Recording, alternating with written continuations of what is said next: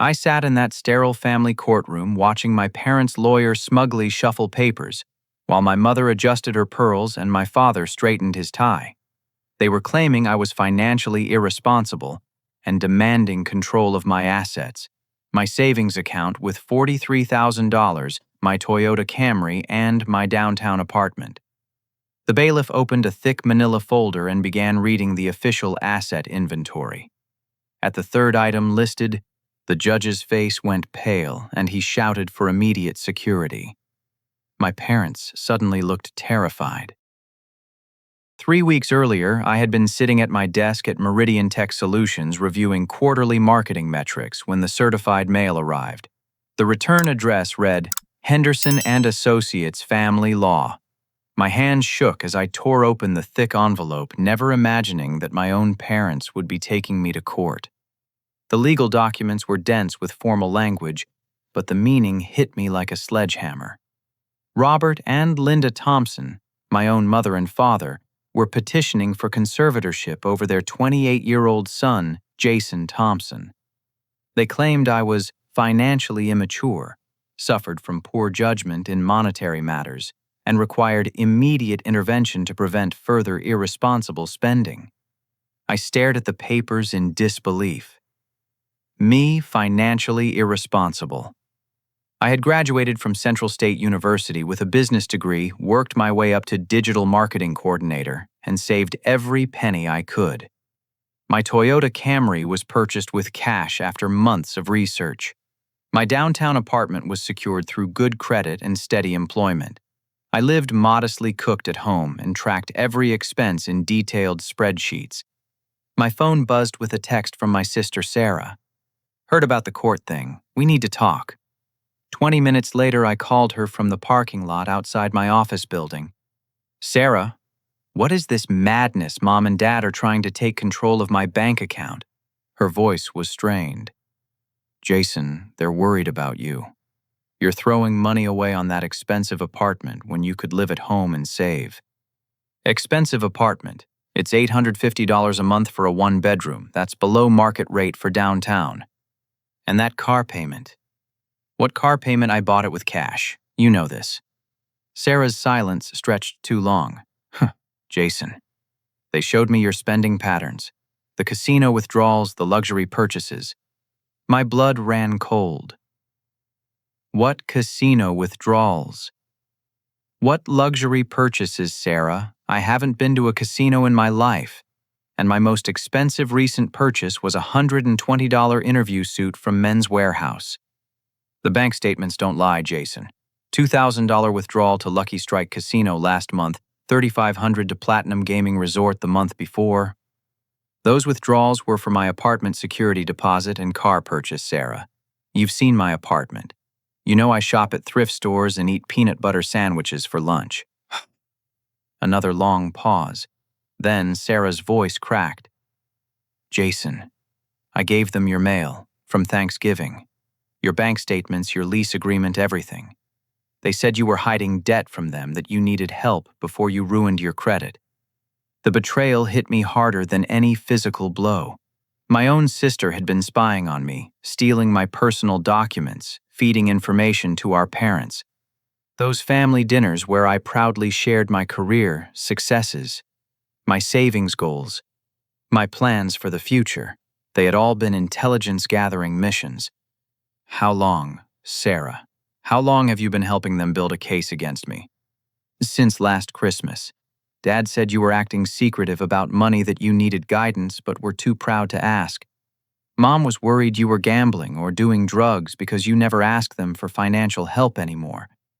I never ask for help because I don't need help. I have a stable job, good credit, and more money saved than they ever taught me was possible. That's just it, Jason. Dad says no 28-year-old should have that much money saved unless something shady's going on. I hung up on her and sat in my car shaking with rage and hurt. My own family thought my success was evidence of criminal activity. My frugal lifestyle, my careful budgeting, my responsible financial habits, everything I had learned from my grandfather's example, was being twisted into proof that I needed a legal guardian. The court date was set for 3 weeks away. I had 21 days to prove that my life's work wasn't evidence of incompetence, but the foundation of independence my family couldn't understand or accept. That night I called the only attorney I could afford, Patricia Wells, a public defender who agreed to take my case for $1,500. Her voice was tired when she explained that conservatorship cases were usually rubber-stamped unless the defendant had powerful legal representation. "Your parents hired Marcus Henderson," she said. "He's expensive, effective, and specializes in these exact situations. Jason, I have to be honest with you. He's won 12 similar cases in the past 2 years." As I hung up the phone, I realized my family had declared war on my independence. The people who raised me to be self-sufficient were now claiming that success was proof of failure. My parents had spent months planning this attack, turning my sister into a spy and hiring a specialist to destroy everything I had built. For the first time in my adult life, I was truly alone. Patricia Wells's office was cramped and cluttered with manila folders stacked 3 feet high. She looked exhausted as she spread my case documents across a folding table that served as her desk. "Henderson filed these additional motions yesterday," she said, sliding a thick stack of papers toward me. "He's building a comprehensive case that you're a gambling addict who hides his addiction through careful financial manipulation." I flipped through the documents, my stomach dropping with each page. Photoshopped bank statements showed large withdrawals to casinos that I had never visited. The actual withdrawals, my apartment security deposit and car purchase, had been digitally altered to show casino names instead of legitimate businesses. "These are completely fake," I said. "The dates and amounts are real, but I can prove where every penny went." "That's what we'll argue, but Henderson has witness statements backing up his claims." Patricia pulled out another folder. "Your cousin Bradley says you borrowed money from him for gambling debts." "Gambling debts? I borrowed $200 for interview clothes when I was job hunting last year. I paid him back within a month." "He's testifying that you claimed it was for covering losses and seemed desperate and secretive about your financial situation." My hands clenched into fists. Bradley had been happy to help when I explained that my old clothes were too casual for corporate interviews. Now he was twisting that conversation into evidence of gambling addiction. "Your Aunt Margaret provided a statement about your erratic behavior at family gatherings," Patricia continued. "She says you became agitated and defensive whenever anyone asked about your job or living situation." Agitated and defensive, I was excited about my career success. I thought they were interested in hearing about my work achievements. "And your Uncle Thomas documented what he calls suspicious cash transactions. Large deposits to your savings account that he believes came from illegal sources." "Those were my paychecks. I work in digital marketing, not drug dealing." Patricia's expression was grim. "Henderson specializes in exploiting legal loopholes in conservatorship law. He takes normal behavior and reframes it as evidence of incompetence. Your thrift store furniture becomes inability to budget properly. Your small apartment becomes living beyond your means despite obvious financial resources. Your privacy about income becomes secretive behavior indicating illegal activity." She pulled out Henderson's law firm biography. In the past 18 months, he had successfully transferred control of assets from 47 young adults to their parents or relatives. His specialty was targeting successful people whose families felt entitled to their achievements. "The worst part," Patricia said, "is that once conservatorship is granted, it's nearly impossible to overturn. Henderson's clients typically control their children's finances for years, sometimes permanently." I thought about my modest lifestyle: cooking at home, buying generic groceries, driving a reliable used car, living in a small but clean apartment. Everything I did to build financial security was being presented as evidence that I needed financial supervision. What about my work record, my education, my character references? Henderson will argue that your ability to maintain employment doesn't prove financial competence. He'll say that your gambling addiction is compartmentalized, that you can function professionally while being irresponsible with money. My phone buzzed with a text from my former roommate, David. "Sorry, man, but I had to tell the truth about your weird money habits." Weird money habits. David was referring to my practice of tracking expenses in a budgeting app and keeping receipts organized in folders. Responsible financial management was being reframed as obsessive behavior that indicated underlying mental health issues. "There's something else," Patricia said quietly. "Henderson submitted a request for psychiatric evaluation. He wants a mental health professional to assess your competency to manage finances." "Based on what evidence?" "He claims your family has observed concerning behavioral patterns that suggest possible psychological disorders affecting your judgment. The evaluation was conducted last week." "Last week I never went to any evaluation." Patricia's face darkened. "The evaluation was performed through observational assessment at a coffee shop where you regularly work. Dr. Stephen Walsh observed your behavior for 3 hours and concluded that your ritualistic financial behaviors and social isolation during monetary activities indicated possible mental health concerns." I felt sick. They had been watching me analyzing my habit of reviewing bank statements and paying bills online while drinking coffee during lunch breaks. My responsible financial routine had been secretly studied and pathologized by someone I had never met. "Who is Dr. Stephen Walsh?" "A psychiatrist who frequently works with Henderson's firm. He's provided evaluations in 38 of Henderson's 47 successful conservatorship cases." The pieces fell into place. This wasn't just about my parents wanting control of my money. This was a coordinated legal assault using fabricated evidence, manipulated family testimony, and corrupt medical professionals. Henderson had turned my success into a weapon against me. My emergency fund was draining fast between attorney fees and time off work for court preparation. The stress was affecting my job performance, making me irritable with clients and coworkers. I was losing sleep, losing weight, and losing faith in the legal system that was supposed to protect innocent people. As I walked to my car, I realized Henderson wasn't just trying to take my money. He was trying to take my sanity, my reputation, and my belief that hard work and responsible living mattered in America. For the first time in my adult life, I understood how someone could lose everything while doing everything right. The evaluation by Dr. Stephen Walsh was particularly damning.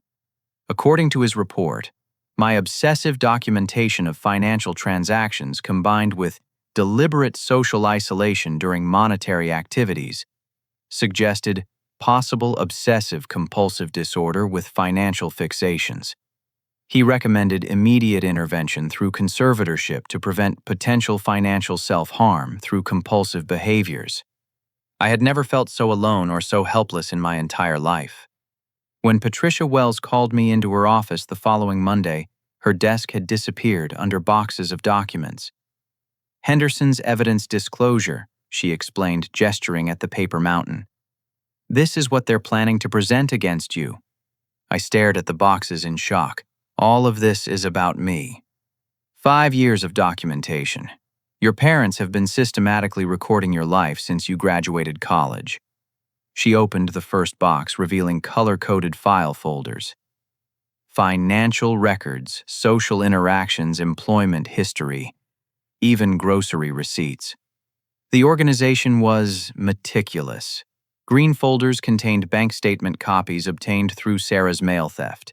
Blue folders held photographs of me at restaurants, bars, and shopping centers, all taken without my knowledge. Red folders contained detailed logs of my work schedule, visitors to my apartment, and social activities. "They photographed you having dinner at Romano's Italian restaurant with a coworker," Patricia said, holding up a surveillance photo. "Henderson will argue that spending $32 on dinner demonstrates financial irresponsibility. That was a work dinner with our client relations manager. The company reimbursed the expense." They also have photos of you buying groceries at Whole Foods instead of generic supermarkets. Henderson will claim this shows poor judgment in essential spending. The invasion of privacy was staggering. My parents had documented every purchase, every social interaction, every moment of my adult life. They had turned my normal activities into evidence of incompetence through careful editing and presentation. "Your mother kept a daily journal of your behavior during family visits," Patricia continued, opening another folder. "Listen to this. Jason seemed anxious when discussing his work salary, deflecting questions about his exact income. This secretive attitude suggests he may be hiding financial problems or illegal income sources. I was trying to be modest. Grandfather always taught me that discussing specific salary amounts was impolite. And here, Jason insisted on paying for lunch when we met at the diner, despite our offer to cover the bill. This controlling behavior around money indicates possible psychological issues with financial power dynamics. Every act of politeness, every moment of privacy, every responsible decision had been documented and interpreted as evidence of mental illness or financial incompetence. My parents had spent 5 years building a legal case against their own son.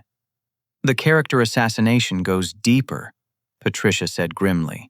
They contacted your ex-girlfriend, Melissa, from 3 years ago. I felt my chest tighten. What did Melissa tell them? According to her statement, you exhibited controlling behavior around money during your relationship. She claims you insisted on splitting restaurant bills equally and became uncomfortable when she offered to pay for dates. I split bills because I believed in financial equality in relationships. I got uncomfortable when she paid because I was raised to be a gentleman. Henderson will present this as evidence of financial control issues and inability to accept normal monetary give and take in relationships. The boxes contained hundreds of similar examples. My careful budgeting became obsessive financial control. My savings habits became hoarding behavior. My responsible spending became secretive monetary manipulation. But the worst discovery was yet to come. While Patricia continued reviewing evidence, I had hired private investigator Tony Rodriguez with the last of my emergency savings. Tony specialized in financial fraud cases and had promised to investigate Henderson's law firm. Tony's call came while I was still at Patricia's office. Jason, we need to meet immediately. I found something that changes everything. An hour later, we sat in Tony's cramped downtown office as he spread financial documents across his desk. Your parents aren't just trying to control your money, he said. They're trying to steal it to cover their own crimes. The evidence was devastating. For 3 years, my father had been embezzling from Sullivan's Auto Repair, the shop where he worked as manager. Fake receipts for parts that were never ordered. Inflated labor costs on customer repairs.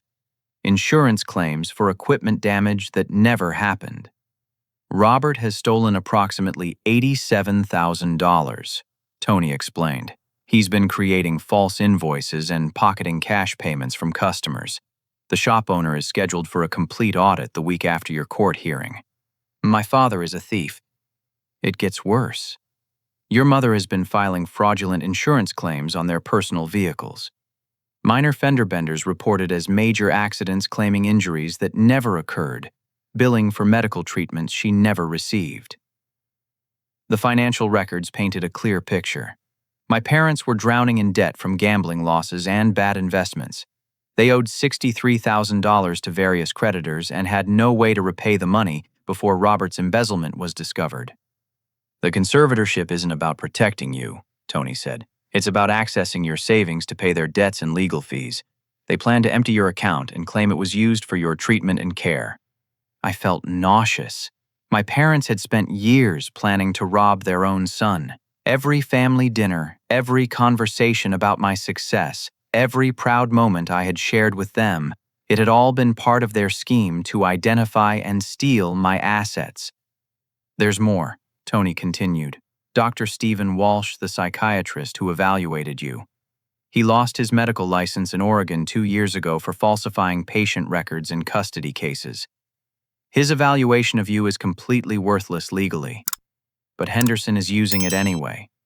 The corruption ran deeper than I had imagined. Henderson wasn't just my parents' lawyer. He was running a criminal enterprise that targeted successful young adults whose families wanted their money. The psychiatric evaluations were fake, the witnesses were coached, and the evidence was fabricated. How many other families has Henderson done this to? At least 47 in the past 2 years. His firm has stolen over $3 million through fraudulent conservatorships. Your case is just the latest. As Tony showed me the evidence, I realized my parents had never loved me as their son. They had seen me as their retirement plan, watching my success with calculating eyes while planning to take everything I had earned. The betrayal wasn't just financial. It was emotional, psychological, and spiritual. That night I sat in my small apartment looking at my modest possessions, my used furniture, my small television, my collection of business books. Everything I owned could fit in a moving truck, yet my parents were willing to destroy me to steal it. For the first time since receiving the court summons, I wasn't just hurt and afraid. I was angry. They had underestimated their son, assuming I would be helpless against their coordinated attack, but they had made a crucial mistake. They had taught me to be thorough, organized, and methodical in everything I did. Now I would use those same skills to destroy their criminal conspiracy and expose the corruption that threatened other innocent families. The war was far from over, but the battle lines had finally become clear. Tony Rodriguez's investigation expanded rapidly over the next week. What we discovered made my parents' theft look like petty crime compared to the larger conspiracy. Henderson and Associates isn't just a law firm, Tony explained during our emergency meeting 2 days before the hearing. It's the center of a criminal network that systematically targets successful young adults across 3 states. The pattern was identical in every case. Henderson identified families with financially successful children, then approached the parents with claims that their children needed protection from their own success. He provided template accusations, coached witnesses, and connected families with corrupt medical professionals who would provide damaging psychiatric evaluations. Alex Morrison, software engineer in Portland. Tony read from his files. Parents claimed his stock options were evidence of gambling profits. Dr. Walsh provided evaluations citing technology addiction and high-risk financial behavior. Henderson took control of $240,000 in assets. Jennifer Yang, emergency room nurse in Seattle. Family claimed her overtime earnings indicated drug dealing. Dr. Walsh diagnosed workaholic behavioral patterns suggesting mental instability. Henderson seized her savings and medical school fund. Carlos Rivera, high school math teacher in Denver. Parents said his summer tutoring income was too high to be legitimate. Dr. Walsh found evidence of educational obsession disorder requiring immediate intervention. Henderson cleaned out his retirement account. The victims all shared common characteristics. They were educated, hardworking, financially responsible, and had managed to accumulate substantial savings despite modest incomes. Their families felt entitled to their success and were willing to destroy them legally to access their money. How does Henderson find these families? I asked. He targets support groups for parents of difficult adult children, families who feel like their successful kids don't need them anymore, parents who think their children owe them financial support, relatives who believe young adults shouldn't have more money than their elders. The psychological manipulation was sophisticated. Henderson convinced families that taking their children's money was actually helping them avoid the corrupting influence of unearned wealth. He framed theft as intervention and legal abuse as family love. Judge Morrison has approved 93% of Henderson's conservatorship petitions. Tony continued, "That's statistically impossible unless the fix is in." We had discovered that Judge Morrison owned a fishing cabin jointly purchased with Henderson's law partner.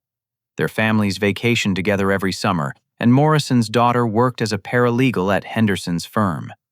The conflicts of interest were so obvious that any ethical attorney would have demanded recusal. Your hearing is scheduled for Morrison's court specifically because Henderson knows the outcome is predetermined. You're walking into a rigged courtroom where the judge is financially invested in your destruction.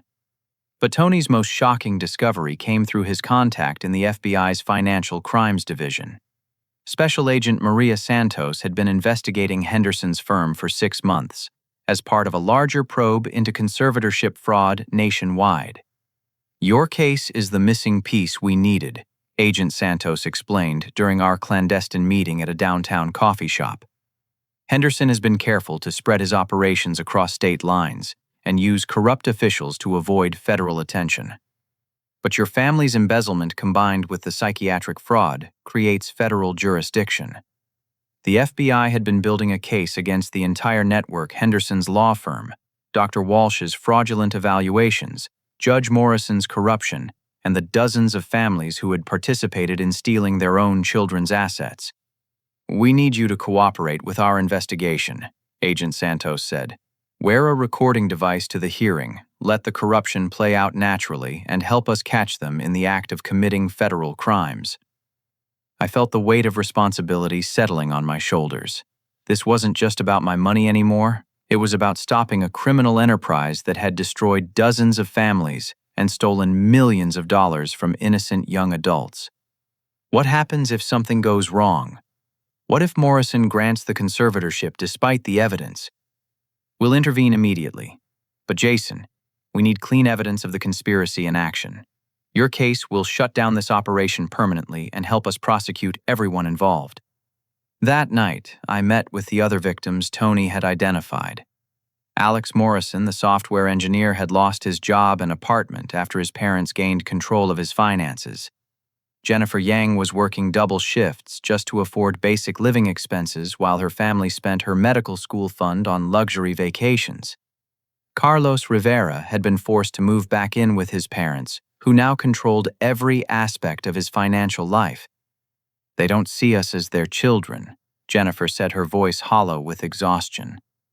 "We're just resources to be harvested when they need money." "The worst part is that everyone believes them," Alex added. "My friends, my co-workers, even my girlfriend's family thinks I'm some kind of secret gambling addict who needed intervention. Henderson's lies become your reputation." Carlos nodded grimly. "They took my independence and then convinced everyone it was for my own good. Now I'm 32 years old, asking my mother for permission to buy lunch. Listening to their stories, I realized the true scope of the damage. Henderson's conspiracy didn't just steal money, it stole dignity, autonomy, and faith in family relationships. It turned success into evidence of failure and twisted love into legal weapon.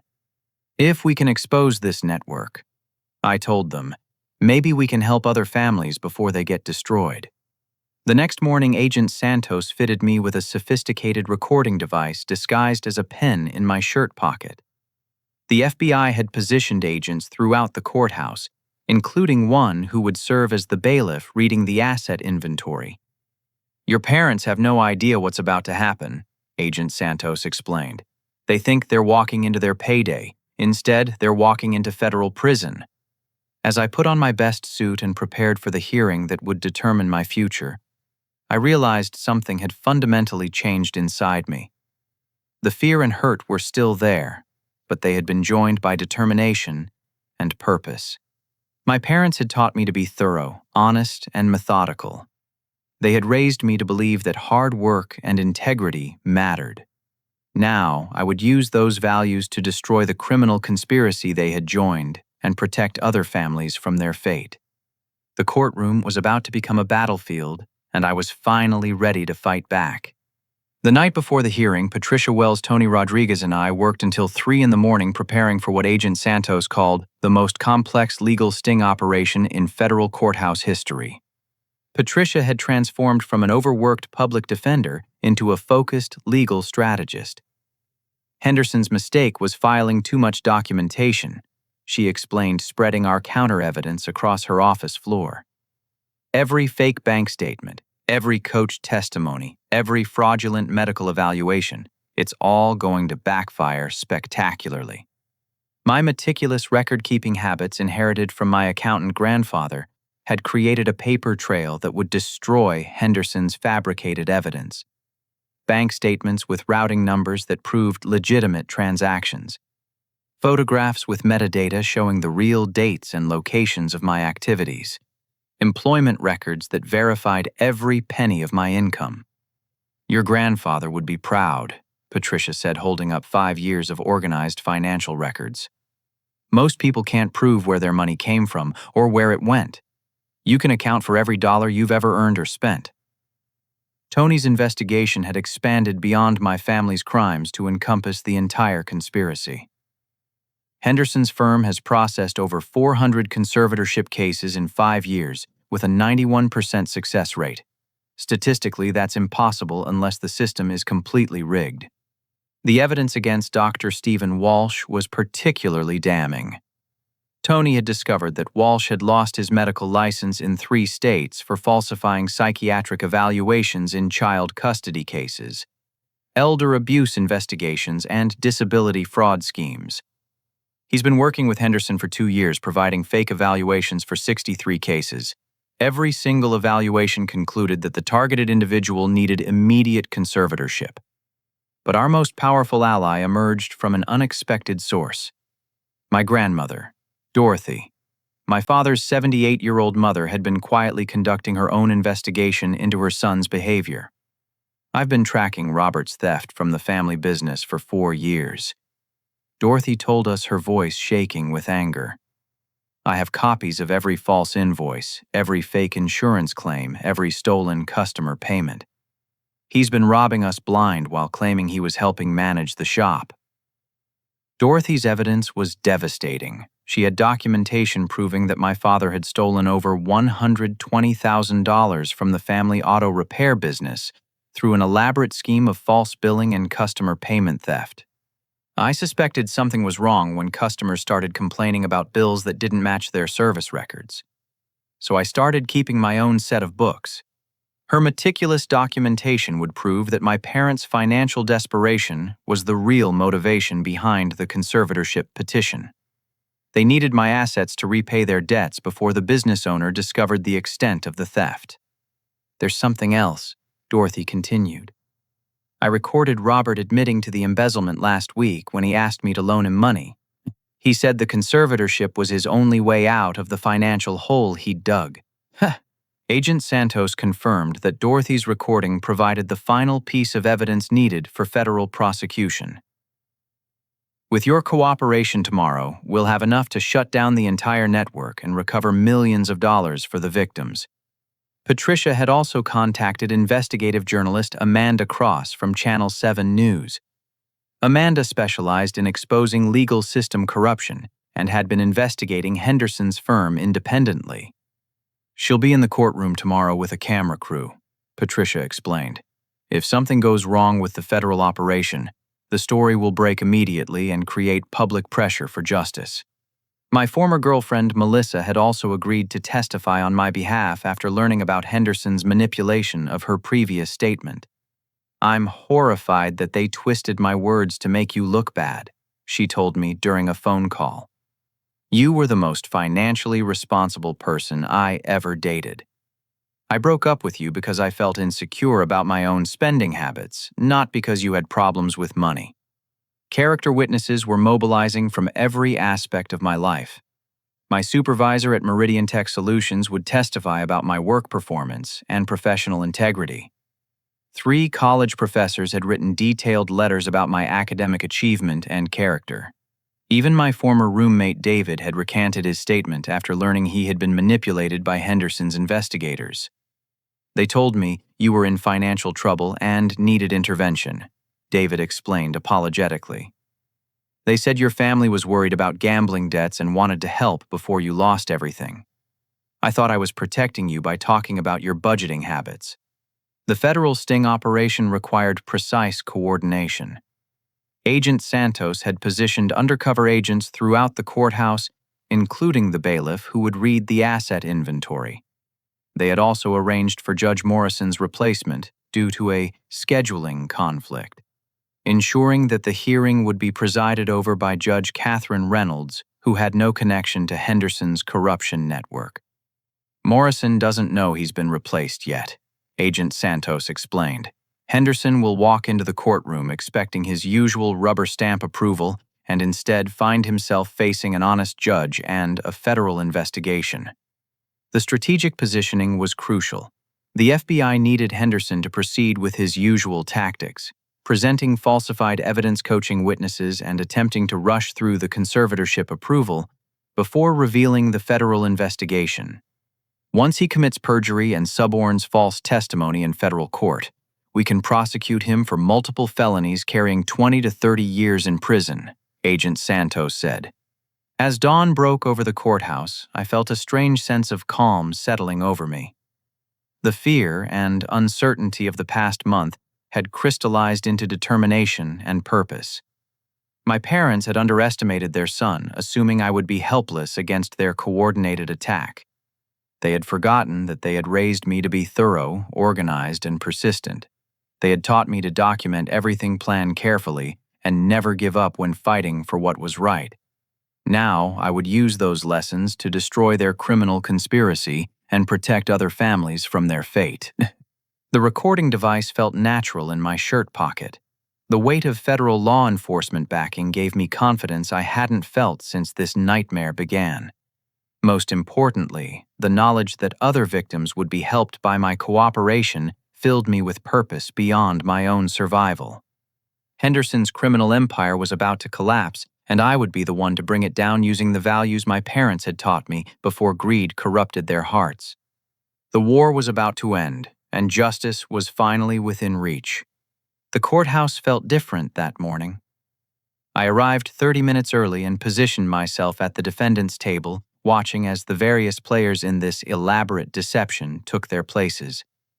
My parents sat confidently behind Henderson's table, my mother adjusting her pearl necklace while my father straightened his best tie. They looked like people attending a graduation rather than the legal destruction of their son. Henderson strode into the courtroom with his usual arrogance briefcase bulging with fabricated evidence and coached testimony. He nodded smugly toward my parents, clearly believing today would be another routine victory in his criminal enterprise. Judge Catherine Reynolds entered precisely at 9 o'clock, and I watched Henderson's confident expression flicker with confusion.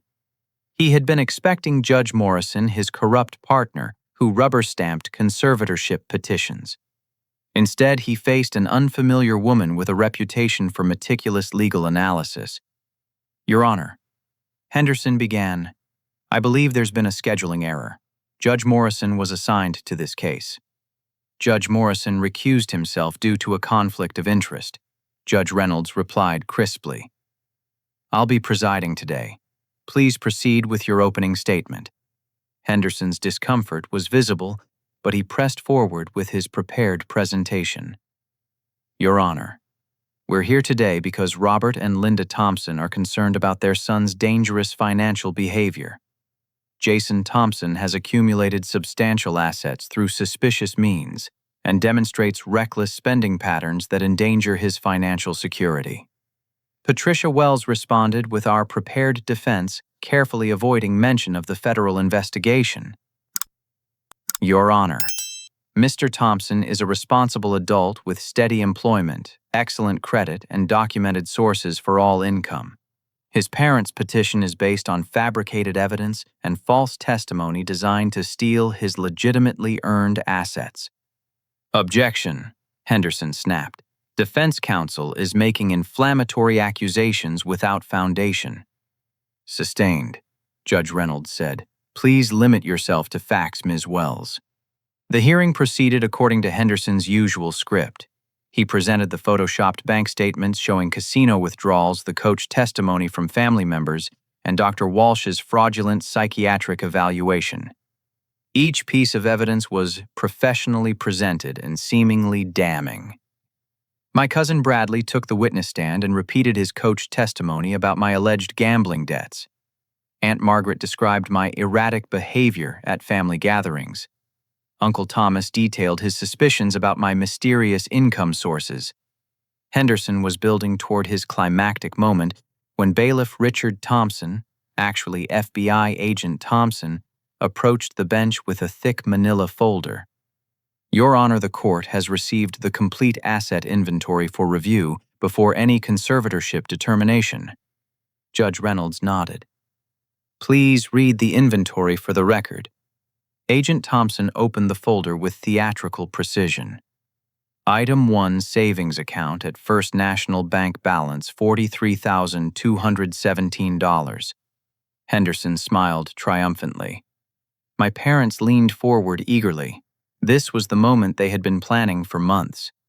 Item 2, 2012. Toyota Camry valued at approximately $14,500. My father actually rubbed his hands together in anticipation. My mother whispered something to her sister about finally getting Jason the help he needs. Item 3. Complete financial records documenting embezzlement, insurance fraud, and racketeering conspiracy involving Henderson and Associates law firm, Dr. Stephen Walsh, Judge Morrison, Robert Thompson, and Linda Thompson. The courtroom erupted in chaos. Henderson shot to his feet, his face draining of color. Your Honor, I object.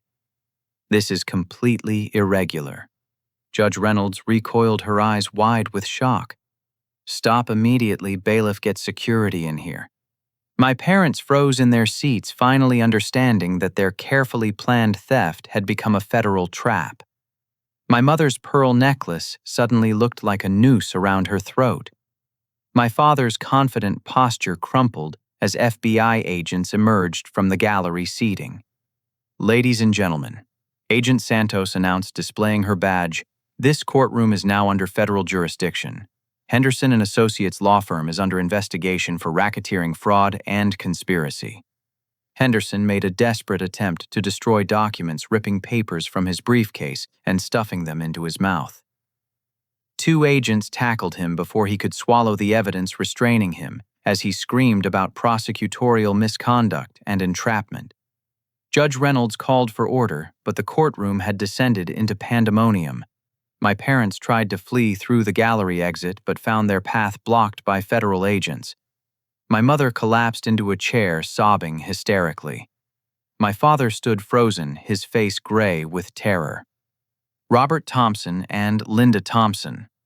Agent Santos announced, you're under arrest for conspiracy to commit fraud, embezzlement, and racketeering.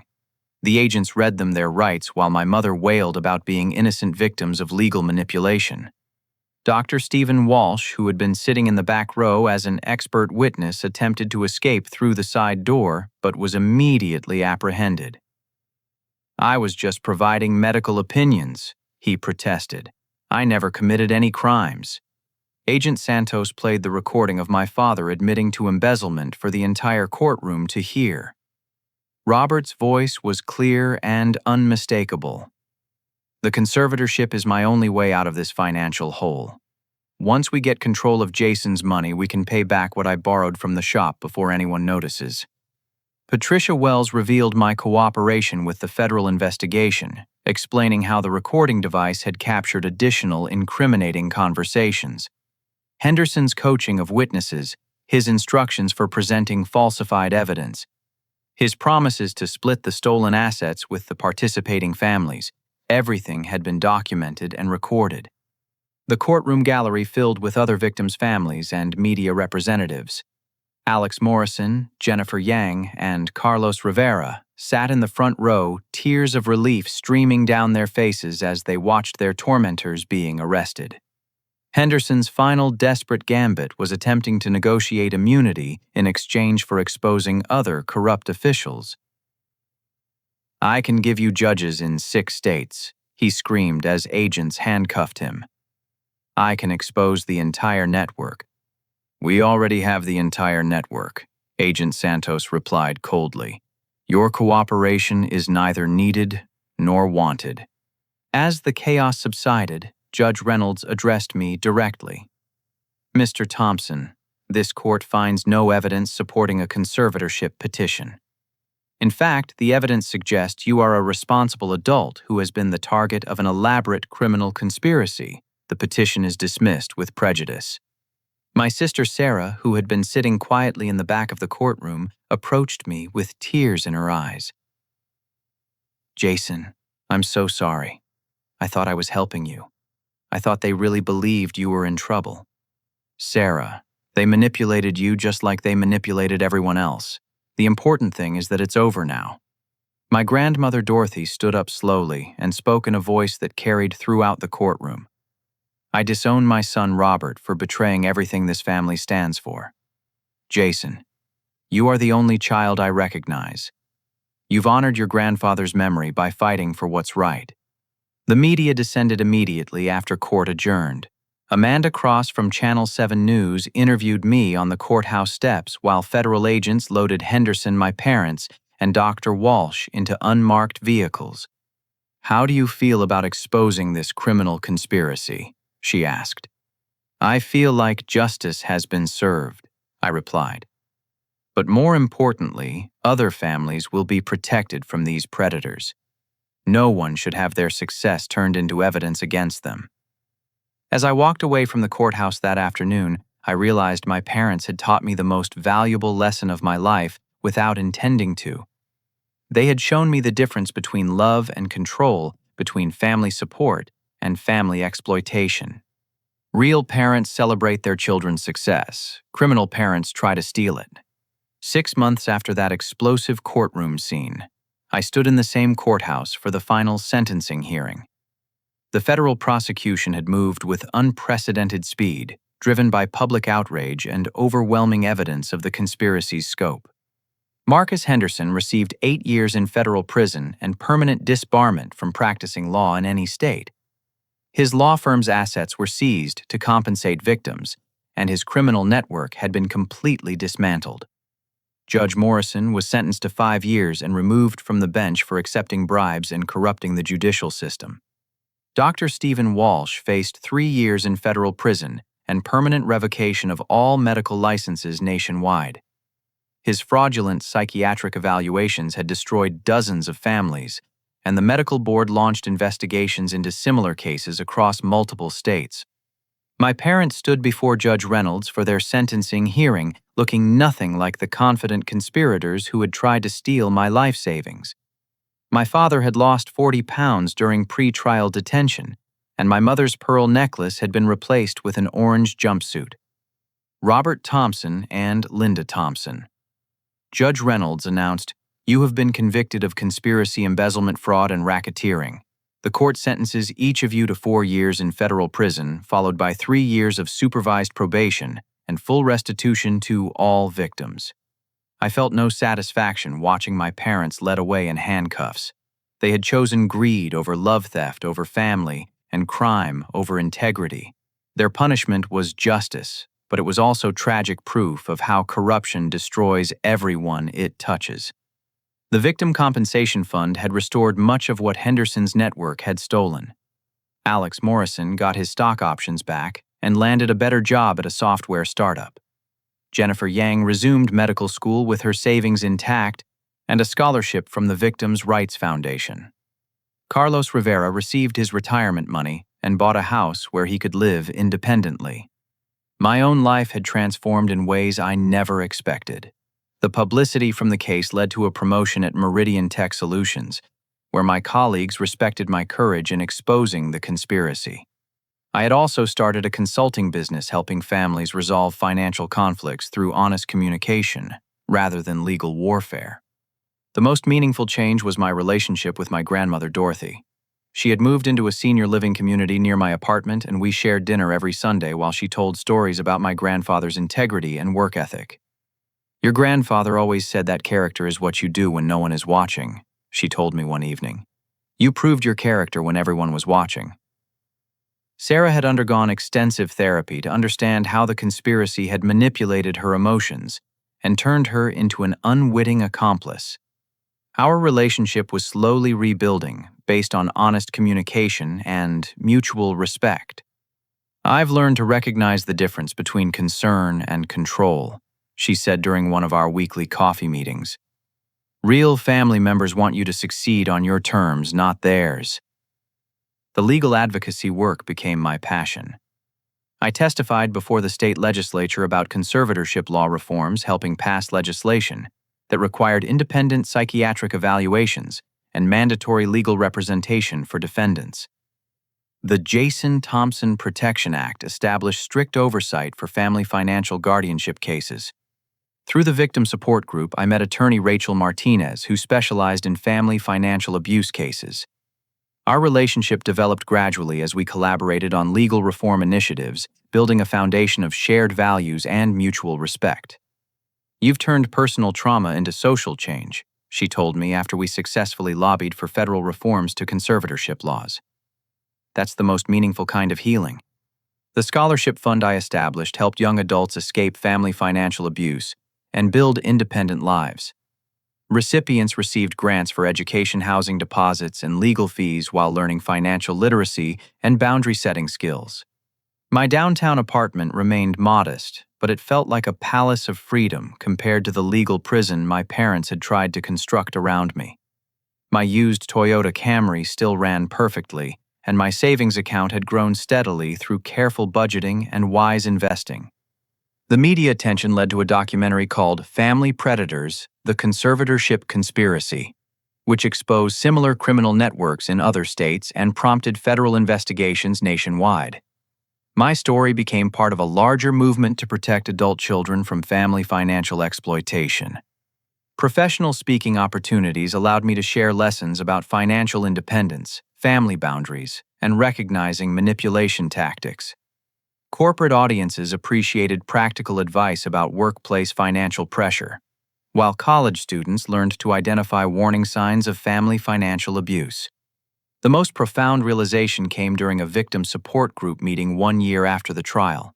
A young woman named Katie described how her parents had tried to claim her nursing school scholarship was evidence of financial irresponsibility requiring family intervention. They couldn't understand that I earned this money through hard work and good grades, she said. In their minds, success was suspicious, and independence was rebellion. I recognized the pattern immediately.